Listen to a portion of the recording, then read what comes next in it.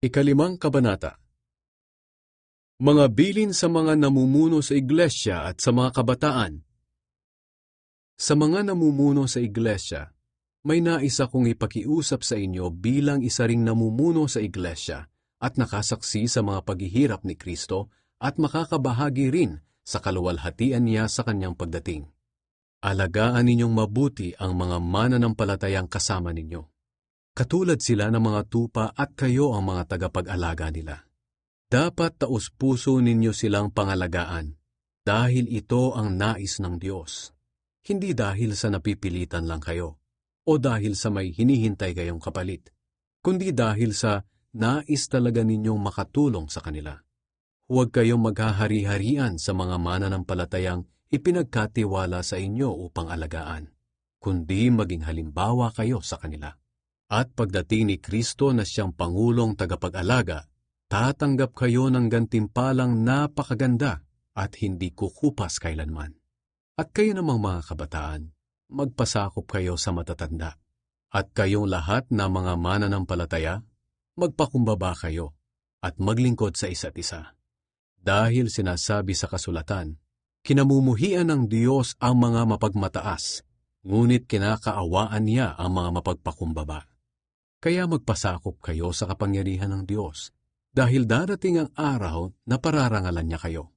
Ipagkatiwala niyo sa Kanya ang lahat ng kabalisahan niyo, dahil nagmamalasakit siya sa inyo. Humanda kayo at mag-ingat, dahil ang kaaway ninyong si Satanas ay umaali-aligid na parang liyong umaatungal at naghahanap ng malalapa. Patatagin ninyo ang inyong pananampalataya sa Diyos at labanan ninyo si Satanas. Alalahanin ninyong hindi lang kayo ang naghihirap, kundi pati ang mga kapatid nyo kay Kristo sa buong mundo. Nararanasan din nila ang mga paghihirap na ito. Maikling panahon lang ang paghihirap ninyo. Pagkatapos nito, tutulungan kayo ng Diyos para maging ganap ang buhay ninyo. At siya rin ang magpapatatag at magpapalakas sa inyo, dahil siya ang pinagmumula ng lahat ng pagpapala. Pinili niya kayo upang makabahagi rin sa walang hanggang kaluwalhatian niya sa pamamagitan ng pakikipag-isa ninyo kay Kristo. Purihin siya sa kapangyarihan niyang walang hanggan. Amen. Mga pangangamusta, isinulat ko sa inyo ang maikling sulat na ito sa tulong ni Silvanus. Kapatid natin siya kay Kristo at talagang mapagkakatiwalaan. Napalakas ko sana ang inyong loob sa pamamagitan ng sulat na ito at napatunayan ko ang kabutihan sa atin ng Diyos. Manatili kayo sa kabutihan niya. Kinukumusta kayo ng mga mananampalataya sa Babylonia.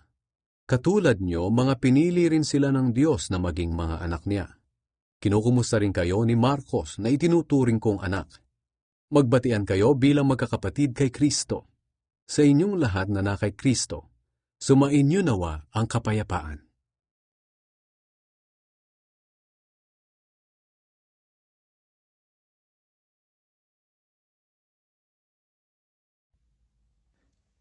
Peter chapter 5. To the elders among you, I appeal as a fellow elder and a witness of Christ's sufferings, who also will share in the glory to be revealed.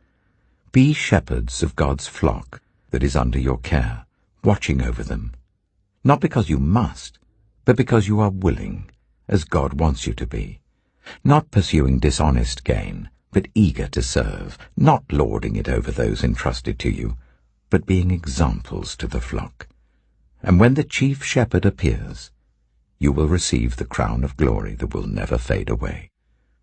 In the same way, you who are younger, submit yourselves to your elders. All of you clothe yourselves with humility towards one another, because God opposes the proud, but shows favor to the humble. Humble yourselves, therefore, under God's mighty hand, that he may lift you up in due time. Cast all your anxiety on him, because he cares for you. Be alert and of sober mind. Your enemy, the devil, prowls around like a roaring lion looking for someone to devour. Resist him, standing firm in the faith, because you know that the family of believers throughout the world is undergoing the same kind of sufferings. And the God of all grace, who called you to his eternal glory in Christ, after you have suffered a little while, will himself restore you and make you strong, firm, and steadfast. To him be the power for ever and ever. Amen. With the help of Silas, whom I regard as a faithful brother, I've written to you briefly, encouraging you and testifying that this is the true grace of God. Stand fast in it. She, who is in Babylon, chosen together with you, sends you her greetings, and so does my son, Mark. Greet one another with a kiss of love. Peace to all of you who are in Christ.